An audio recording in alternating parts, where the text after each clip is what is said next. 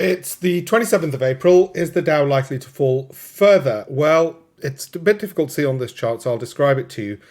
The momentum indicators are certainly suggesting there's an increased probability of downward falls, though historically, when we've had a few bad weeks, you do get one week which moves up, leads people into buying into that before the market then drops the shoe on the other foot and moves lower.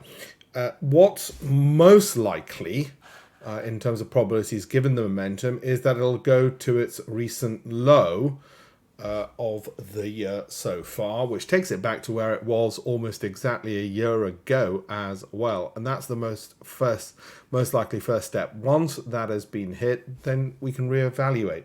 The mistake people often make is they try to forecast too far into the future. And of course, the further out you're looking, the more difficult it can become.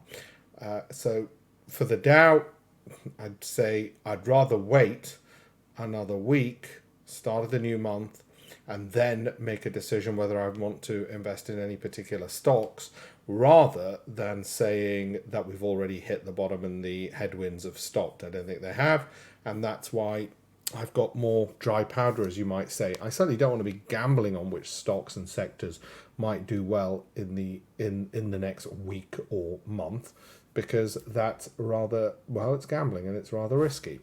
So I'd rather be getting into equities when we've got more upward momentum on the Dow, so we've got a bit of a wind on our back and it helps raise our stocks. Don't forget, most of the stocks that we'd be investing in, by their very nature, are correlated to the broader index.